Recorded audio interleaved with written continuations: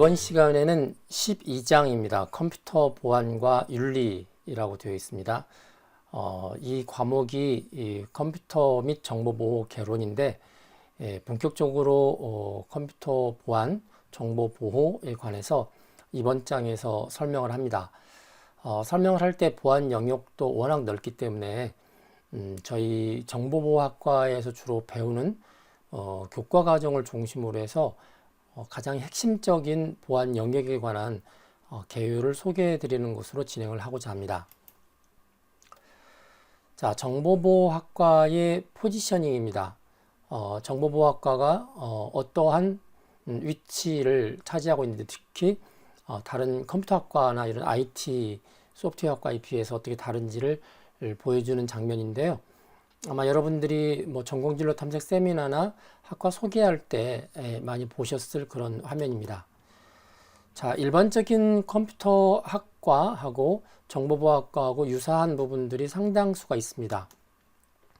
그리고 정보보호학과의 일부는 또 수학에서 하는 부분들을 다루고 있고요. 또 일부는 법학, 그리고 경영학, 그리고 교양에서 다루고 있는 부분들을 심화해서 정보보호학과 학생들한테 이 부분의 교양은 특히 들어야 된다라고 가르치는 부분들 있죠. 자, 교과목을 중심으로 해서 보도록 하겠습니다. 먼저 교양 쪽에 보시면 공학윤리와 법, 그 다음에 인터넷 윤리. 자, 이 부분은 윤리에 관한 부분들이 있습니다. 보안하는 전문가들에 관해서는 윤리에 관해서 보통 사람들보다 더 많은 부분들을 요구하고 있습니다. 그리고 이제 법에 대한 부분들이 일반적인 것도 있지만 특별히 이제 지식재산권에 대한 부분들이 들어가 있고요. 그리고 정보보호학과가 역시 다른 학문들처럼 차별화되거나 앞서가기 위해서 이 창의적인 사고가 대단히 필요합니다. 이런 부분들이 교양에서 정보보호학과 학생들을 위해서 교과 과정으로 추천하고 있는 부분들이고요. 자, 수학과 관련된 부분들로서 정보보호학과에 들어가 있는 부분들이 대수학, 그리고 이 대수학을 기반으로 한 암호학, 그리고 이 암호학을 응용을 한 블록체인과 그와 관련된 정보보호, 그런 교과목들이 있습니다. 자, 법과 관련된 부분들은 교양에서도 일부 법을 다루긴 했지만 구체적으로 이제 저작권 보호와 관리, 그리고 해킹과 같은 실제 범죄가 일어났을 때 디지털 증거를 수집하고 법적인 토대를 마련하는 디지털 포렌식, 이런 과목이 있습니다. 자, 경영학 쪽에 가면은 이제 특별히 전체 뭐 일종의 이제 기업이나 어느 조직의 큰 시스템을 보완하기 위해서 침입 차단 시스템, 이런 부분들이 있고요. 그다음에 그 기업의 정보보호 상태를 인증해주는 정보보호 관리 체계 인증이라는 과목도 있습니다. 자, 컴퓨터학을 토대로 해서 정보보호만의 고유의 교과목들이 이렇게 되어 있습니다. 자, 네트워크 보안, 시스템 보안, 그리고 네트워크 가운데서 인터넷이 또 특별한 영역이죠. 이게 이제 웹 보안. 그 다음에 네트워크 가운데서 이동통신과 관련된, 물론 여기에도 일반적인 와이파이 기능들이 다 포함이 되어 있고, 또 그 모바일 보안이라는 영역인데요. 모바일 보안 영역은 기본적으로 네트워크 보안도 포함하고 있지만 모바일 장비 자체가 일반적으로 이제 컴퓨터 시스템하고 같은 구조를 가지고 있기 때문에 이 모바일 보안은 네트워크 보안과 시스템 보안과 웹 보안을 다 포괄한다 라고 보시면 될 것 같습니다. 그리고 소프트웨어 자체에 대한 보안, 그리고 시스템 가운데서 리눅스가 있고 윈도우가 있는데 그런 리눅스와 윈도우의 특정한 운영체제 시스템에 관한 보안, 그리고 전문적인 악성 코드, 그리고 전문적인 보안 전문가들의 지식을 인공지능으로 하여금 학습하기 위해서 보완하는 인공지능 정보보호, 이런 부분들이 정보보호학에서 주로 다루게 됩니다. 이 전체의 정보보호학과의 포지션을 놓고 이제 본 강의에서 하나씩 세부별로 살펴보도록 하겠습니다.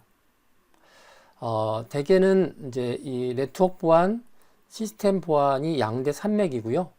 그 다음에 이 시스템 보안과 네트워크 보안이 주로 어우러져 있는 게 전통적으로 악성 코드죠. 그래서 이 세 가지를 주로 보게 되고, 그리고 이제 윤리와 법에 대해서 살펴보도록 하겠습니다. 자, 첫 번째 주제인 시스템 보안입니다. 전체 정보보안과가 배우는 교과목 가운데서 주로 이 부분이죠. 시스템 보안. 이 부분에 대해서 소개하도록 합니다.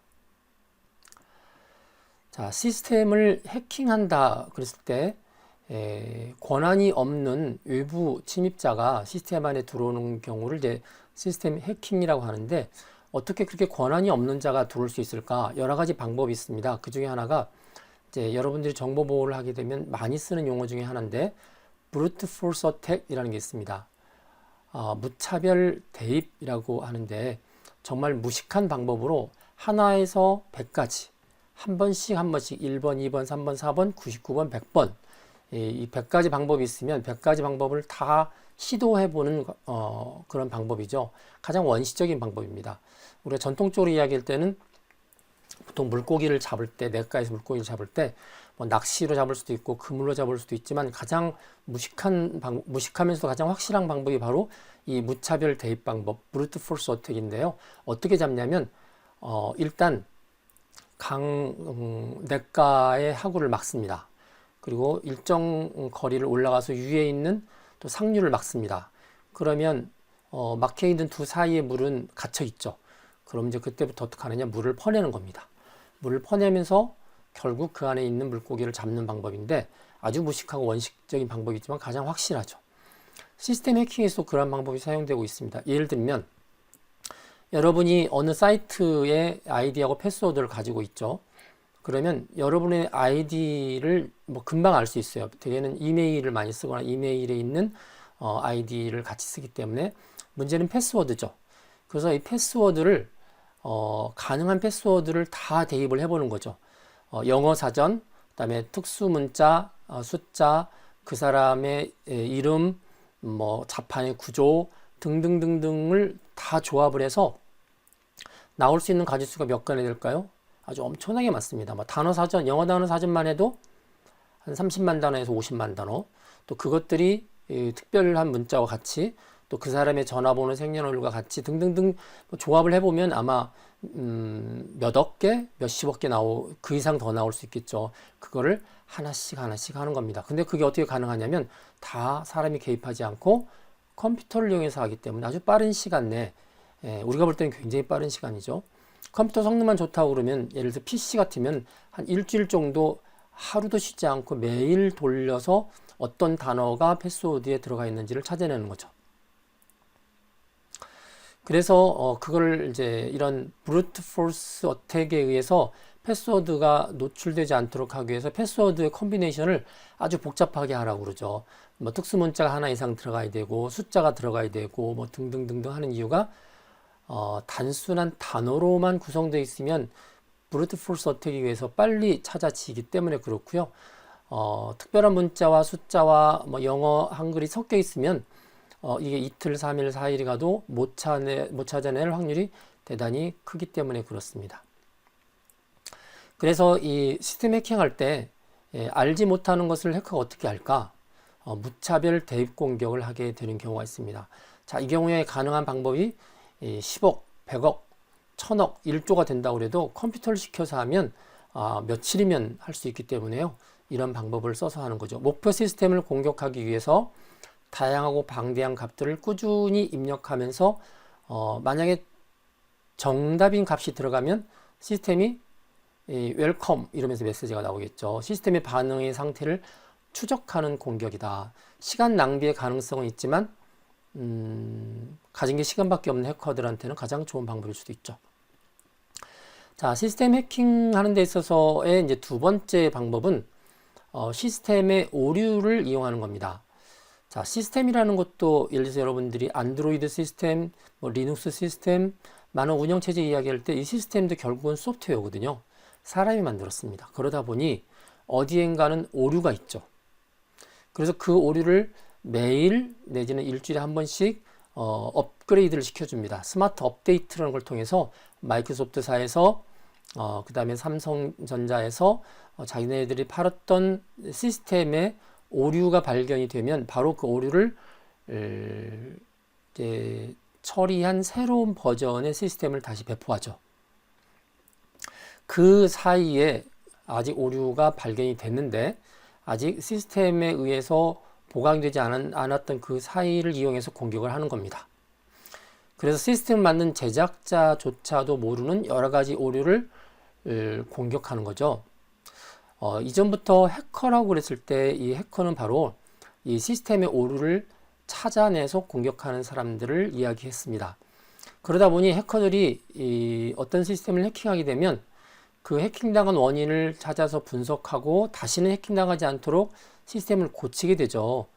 그렇게 되면 어떻게 될까요? 시스템이 발전합니다. 그래서 해커를 컴퓨터의 역사에 있어서 소프트웨어 발전에 있어서 발전의 견인차 역할을 했었던 영웅이다 라고까지 이야기를 하는 경우가 있습니다. 그리고 많은 소프트웨어 개발자들이 나는 해커다, 스스로 해커인 것을 숨기려고 하지 않는 이유가 바로 이런 거죠. IT 기술에 특히 소프트웨어 발전에 있어서 결정적인 역할을 많이 한 사람들이기 때문인데, 문제는 이런 사람들이 이제 공격을 하는 경우가 되는 거죠. 자, 예방 방법은 어떻게 하나요?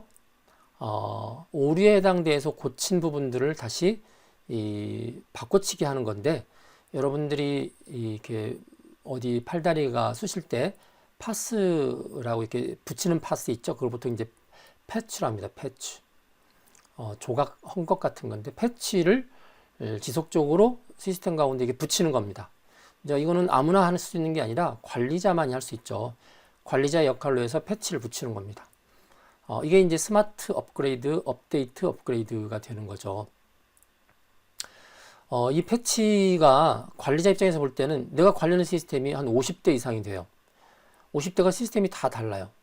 뭐 하루에 한 번씩 패치만 해도 하는 일이 엄청 많겠죠. 그래서 이걸 자동으로 할 수 있도록 하는 시스템을 개발을 했어요.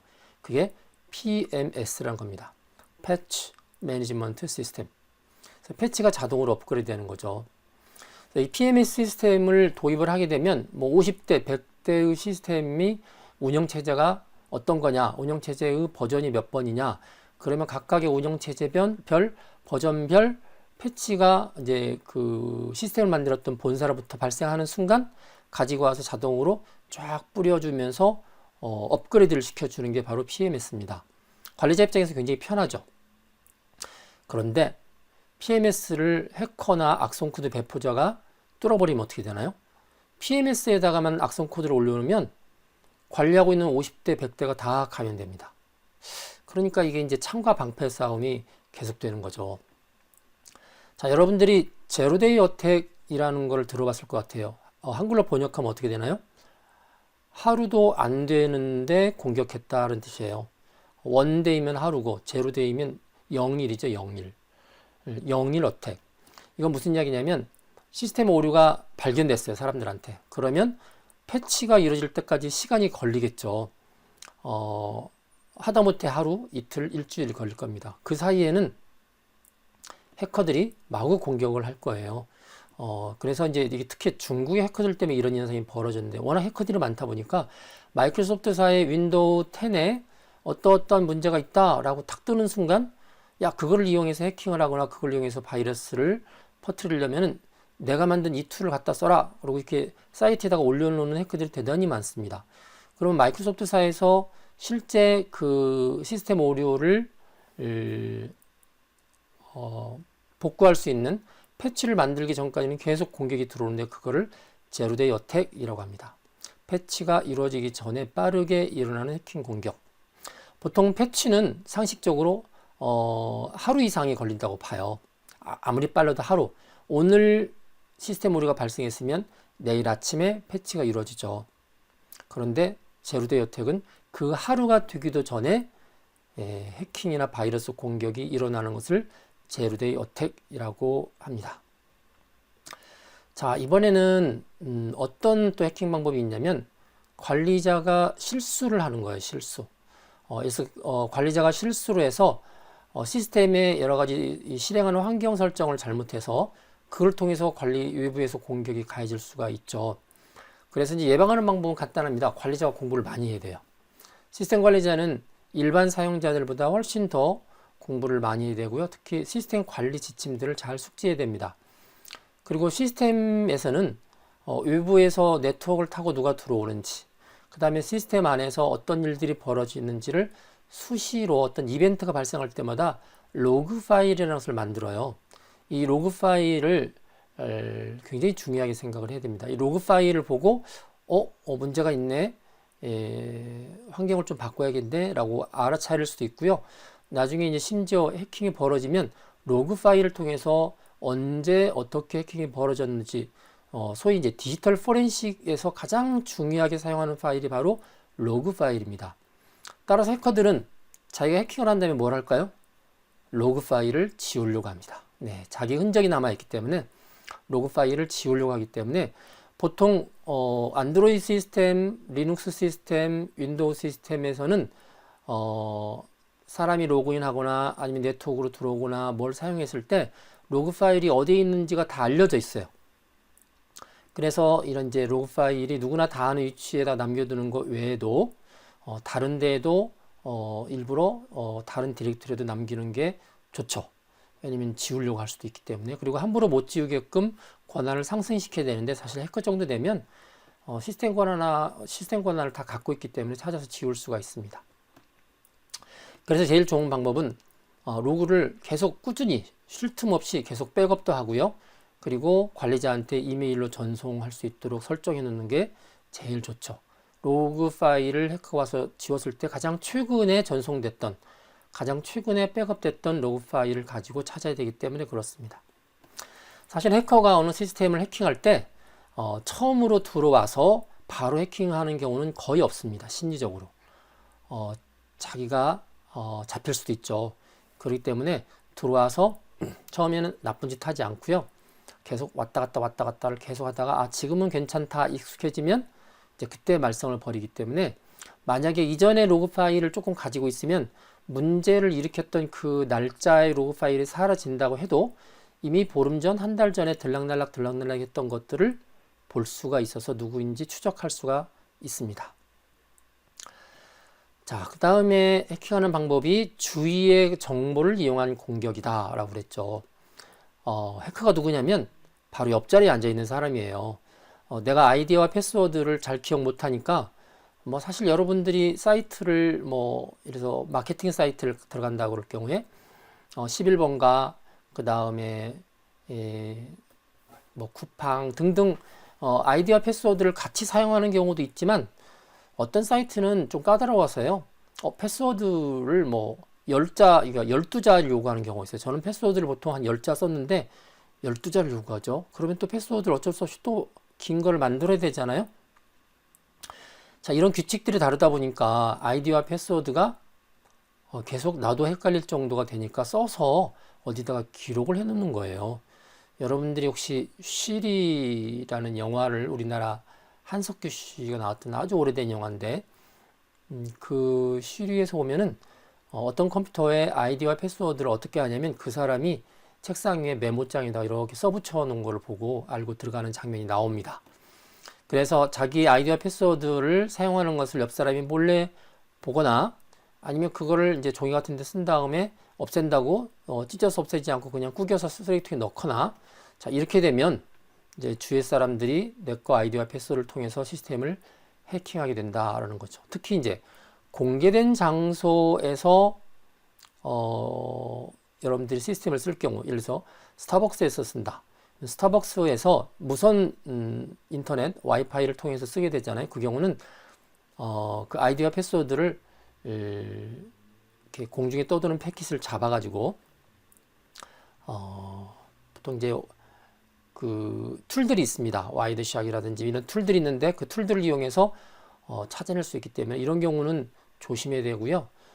그리고 PC방에서 자기 아이디와 패스워드를 사용해서 어느 사이트에 들어갔을 때는 그런 것들이 기록에 남지 않도록 할 필요가 있죠. 그리고 특정한 사이트에 로그인한 채로 잠깐 자리를 비운 사이에 들어와서 권한들을 가져가는 경우가 있습니다. 가져가는 경우도 있고, 심지어 패스워드를 바꾸는 경우도 있는데, 이제 그런 걸 대비해서 현재 패스워드 물어보고 새로운 패스워드 2번 확인하는 경우가 많이 있지만, 그렇지 않은 경우도 있기 때문에 굉장히 조심을 해야 됩니다. 그리고 아까 말씀드렸지만 자신도 모르게 중요한 정보가 적혀 있는 자료를 함부로 쓰레기통에 버리지 말 것. 이런 것들이 이제 내가 방심한 사이 주위의 정보, 주위의 사람들이 이제 내 주변에서 어떤 정보를 이용해서 해킹하는 경우다라고 보시면 될 것 같습니다. 자, 시스템을 해킹하는 데 있어서 좀 다른 시각에서 한번 볼까요? 로컬 어택이라는 게 있습니다. 로컬 어택. 로컬 어택은 뭐냐면 내 컴퓨터, 내가 쓰고 있는 이 컴퓨터 안에서 해커가 공격을 하는 거죠. 근데 내 컴퓨터 앞에 어떻게 들어왔을까요? 해커가 결국은 원격, 네트워크를 통해서 원격으로 내 시스템에 잠입을 해서 그 다음에 내 시스템의 관리자 권한, 보통 이제 루트라고 하는데 관리자 권한을 보통은 얻어내는 거죠. 그렇게 해서 앞에서 이야기했던 시스템의 오류를 이용하거나 그게 이제 버그입니다. 그 다음에 관리자가 잘못 설정했던 환경 변수를 활용해서 하거나 그렇죠. 관리자에 의한 시스템이 잘못된 설정들을 이용해서 여하튼 내 컴퓨터까지 접근한 다음에 들어오는 것을 보통 로컬 어택이라고 합니다. 로컬 어택은 뭐 여러 가지 많은 구체적인 것들이 있어요. 앞서 이야기했지만 아이디와 패스워드를 찾는 방법도 있고요. 아예 운영체제 내부에서 쓰고 있는 프로그래밍 기법의 문제점들을 이용하는 건데 여기 레이스 컨디션이라는 게 있습니다. 레이스라는 게 달리기 경주 이런 겁니다. 경주. 자, 이렇게 볼 수가 있어요. 두 사람이 가방 하나를 공유해요. 그런데 자기들이 공유할 때 A라는 사람은 이 가방을 자기만 쓰는 줄 알고 B라는 사람도 그 가방을 자기만 쓰는 줄 알면 문제가 생길 수 있습니다.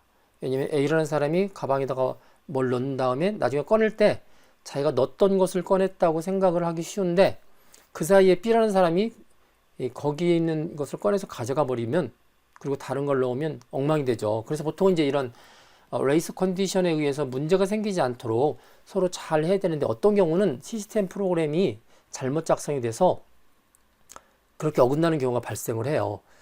예를 들면 이런 거죠. 여러분들이 어느 시스템에 들어가면 아이디하고 패스워드를 집어넣죠. 그러면 그 시스템에 아이디하고 패스워드를 가지고 있는 사람이 100명이에요.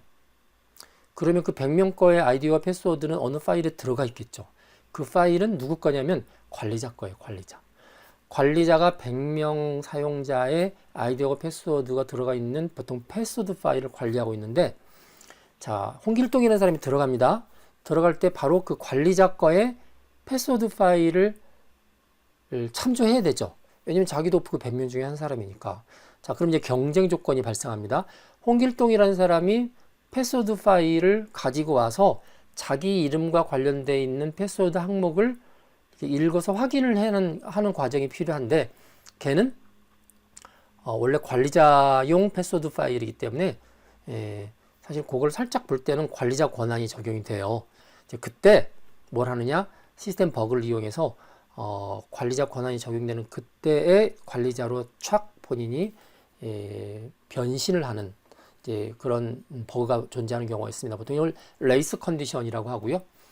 또 버퍼 오버플로우 같은 경우는 버퍼라는 게 임시 기억 장소인데 메모리에 여러분들이 어떤 계산을 하게 되면 그거에 대한 임시 기억 장소를 버퍼라고 이렇게 두는데 이 버퍼가 무한하지 않죠. 그러다 보니까 이 버퍼에 어떤 메모리를 집어넣다가 얘가 넘쳐버립니다. 넘치는데 이제 보통은 이전에 어떤 게 있냐면 A라는 함수가 B라는 함수를 호출하게 되면 어떻게 되냐면 이제 그 B가 끝난 다음에 A에서 B로 간 다음에 다시 A의 위치로 돌아와야 되죠. 그걸 보통 리턴되는 주소라고 그래요. 돌아와야 되는데 A에서 이렇게 B를 부른 다음에 그럼 B에서 뭔가 작업을 할 때 버퍼가 있을 거예요. 그 버퍼에서 무슨 작업을 막 하는데 일부러 그 버퍼의 권한을 넘치게 조작을 해요. 그러면 그 버퍼 권한이 넘치는 그 위치에 뭐가 있냐면 자기가 돌아갈 주소가 기억이 되어 있어요. 리턴 주소가. 그 리턴 주소를 바꿔치기 하는 거죠. 어떻게 바꿔치기 하느냐? 원래 돌아갈 주소가 아니라 루트 관리자가 활동하는 주소로 리턴을 시키면 얘가 관리자 권한으로 바뀌게 됩니다. 이게 이제 버퍼 오버플로우 공격인데 자, 레이스 컨디션이나 버퍼 오버플로우는 여러분들이 나중에 시스템 프로그래밍 과목을 배울 때 공부해 보실 수가 있습니다. 자, 로컬 공격하고 조금 상대가 되는 대조가 되는 게 바로 이제 바이러스 침투 공격인데요. 바이러스 침투 공격은 공격자가 내 컴퓨터까지 오지 않죠. 오지 않고 멀리서 바이러스를 퍼뜨려서 악성 코드를 퍼뜨려서 내 컴퓨터에 들어오게끔 한 다음에 내 컴퓨터를 망가뜨리거나 정보를 유출하거나 하는 건데, 자, 이 바이러스 악성 코드는 이제 요 다음 강의 때 이야기를 좀 하겠습니다. 보면 이제 대표적인 경우가 자, 트로이 목마라는 게 있습니다. 트로잔 홀스라고 그래서 트로이 목마. 사용자가 볼 때는 이게 이제 그 신화에 나오는 트로이 목마가 똑같습니다. 적하고 싸운 다음에 적이 다 도망가고 나니까 그 자리에 목마가 하나 있는 거예요. 그러니까 적들이 도망갔으니까 그 목마를 전리품으로 해서 이제 성 안으로 가지고 들어왔는데, 문제는 그 목마 안에 적군들이 숨어 있었습니다. 그래서 밤에 술 먹고 잔치에 술 취한 사이에 적군들이 나와서 술 취했던 사람들을 다 죽여서 결국은 그 트로이 성이 망하게 됐던, 이게 이제 트로이 목마인데, 자, 이런 경우입니다. 여러분들이 공개 소프트웨어라고 그래서 이거 굉장히 좋은 소프트웨어예요. 여러분 가지다가 쓰시면 뭐 그래픽에도 많이 도움이 되고 사진 편집도 할 수 있습니다 라고 이야기하는데, 그래서 이제 가지고 오죠. 마치 목마를 전리품처럼 얻은 것처럼 가지고 오는데, 한참 쓰다 보니까 얘가 진짜 말하는 것처럼 기능들이 있어요. 그런데 어느 순간에 갑자기 악성 코드가 탁 실행이 되는 겁니다. 자, 그런 게 바로 트로이 목마 공격이라는 거고요. 그래서 공짜를 좋아하면 안 된다. 공짜에는 반드시 대가가 있다. 한번 경험해 보신 분 트로이 목마의 그 파급력에 대해서 한번 뼈저리게 느낄 수가 있습니다. 자, 백 오리피스는 원래 마이크로소프트사에 보면 여러분들 오피스라는 프로그램 있죠. 워드, 파워포인트, 엑셀 뭐 이런 것들이 묶여 있는 이제 실제 이제 사무용 소프트웨어의 집합이죠. 그래서 이제 사무실에 보면은 고객들이 접하는 내지는 사무실에 전면에서 쓰고 있는 직원들이 쓰고 있는 소프트웨어는 보통 프론트 오피스라고 그래요. 프론트 오피스. 파워포인트, 워드, 엑셀 뭐 이런 거죠. 액세스. 그런데 뒤에 사무실에서 쓰고 있는 프로그램이 있어요. 그걸 백 오피스라고 해요. 백 오피스. 뭐냐면 이제 데이터베이스 프로그램 같은 거죠. MS SQL이라든지 이런 거. 이 백 오리피스는 마이크로소프트사의 백 오피스를 흉내내서 만든 악성 코드입니다. 그래서 줄여서 BO라고 하는데, 얘는 어떤 거냐면요. 두 개의 컴퓨터가 있으면, A라는 컴퓨터가 있고 B라는 컴퓨터가 있으면, A라는 컴퓨터가 해커가 쓰고 있는 컴퓨터고요. B라는 컴퓨터가 이제 피해자가 쓰고 있는 컴퓨터예요. 그러면은 백오피스를 피해자가 쓰고 있는 컴퓨터에다가 심어 놓습니다. 그렇게 되면 이제 피해자 컴퓨터에서 이 사람이 어느 사이트에 들어가는지, 패스워드하고 로그인하고 패스워드 네임이 뭔지, 그 다음에 이 사람이 하드디스크 안에 뭘 가지고 있는지, 내지는 이 사람의 카메라, 웹캠을 껐다 켰다 이렇게 할 수도 있죠. 그래서 백오피스 같은 프로그램이 깔려 있으면 여러분들이 집에서 잠을 잘 때 PC나 노트북 이렇게 웹캠 있잖아요. 웹캠이 저절로 켜질 수 있습니다. 딱 켜지면서 이렇게 찍을 수도 있습니다. 이게 이제 이 백오피스가 요즘은 안드로이드 버전도 나와서 휴대폰으로도 들어가 있어요. 보통 휴대폰에 있는 악성 코드가 이 백오피스와 같은 역할을 하는데, 휴대폰이 이제 자기도 모르게 켜졌다 꺼졌다, 사진을 찍었다 안 찍었다 뭐 이렇게 할 수도 있는 거죠.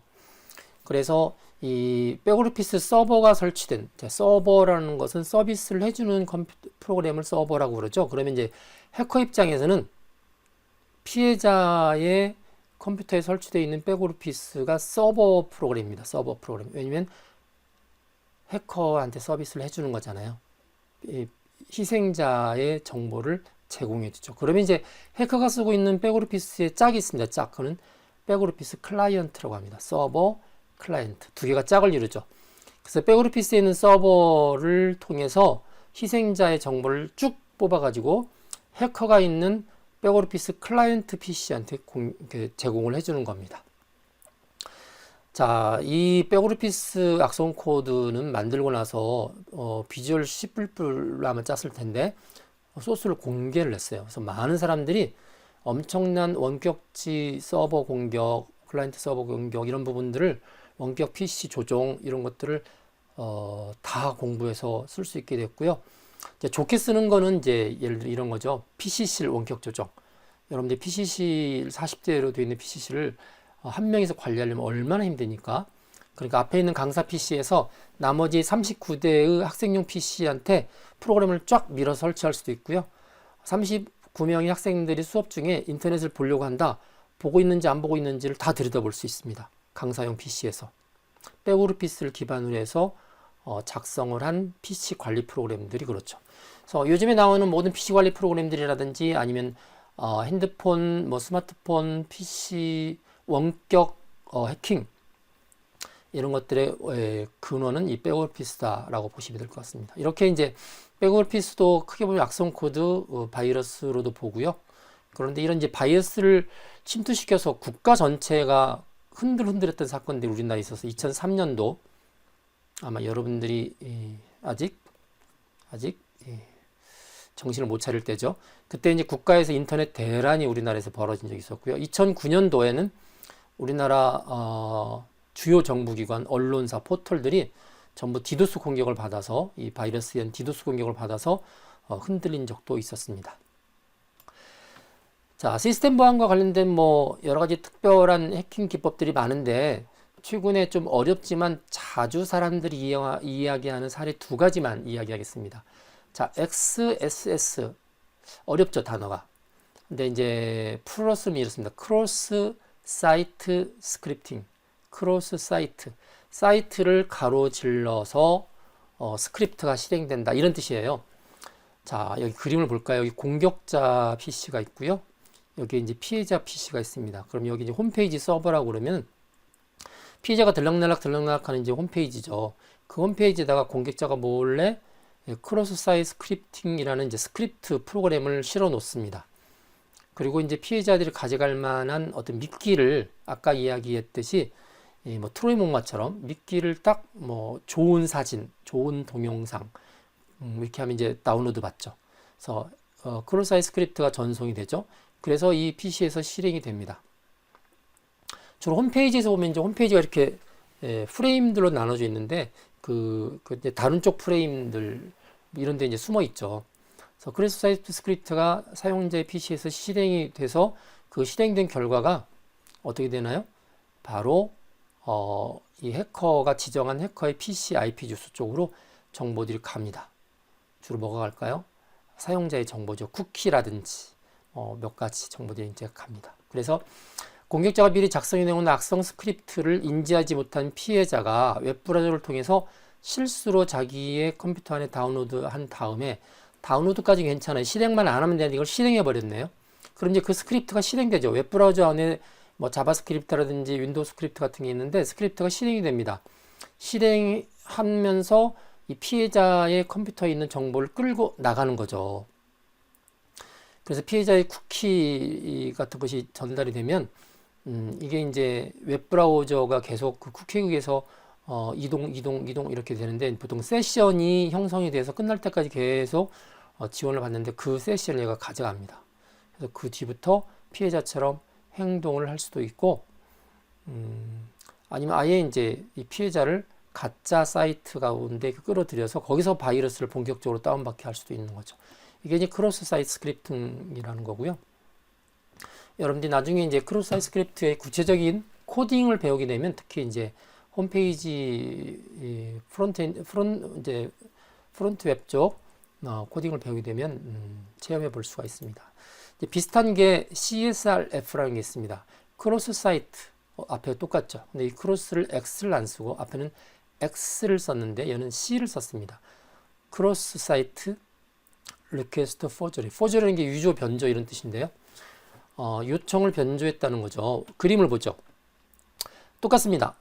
크로스 사이트 리소스 포저리가 포함이 된 이제 데이터나 코드 이런 것들을 서버에 업로드 시키면 이걸 이제 피해자가 다운로드 받아서 실행을 하죠.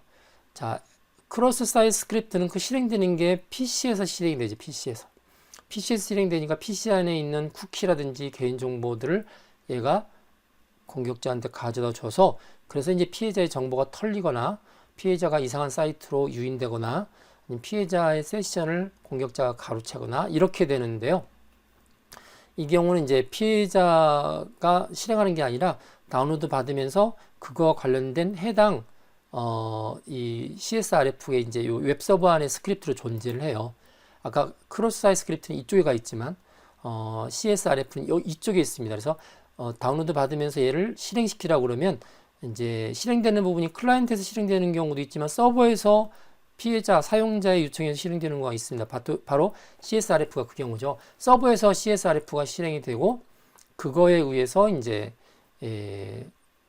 그 악성 코드가 실행되거나 아니면 피해자한테 피해가 가거나 이렇게 이루어지는 거죠.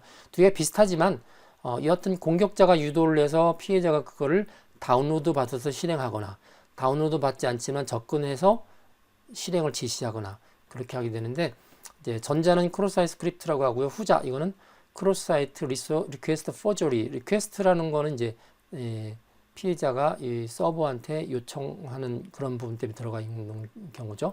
그래서 크로스사이트 리퀘스트 포저리라고 이야기를 합니다. 자, 여기까지 간단하게 시스템 보안에 대해서 이야기를 나누었습니다.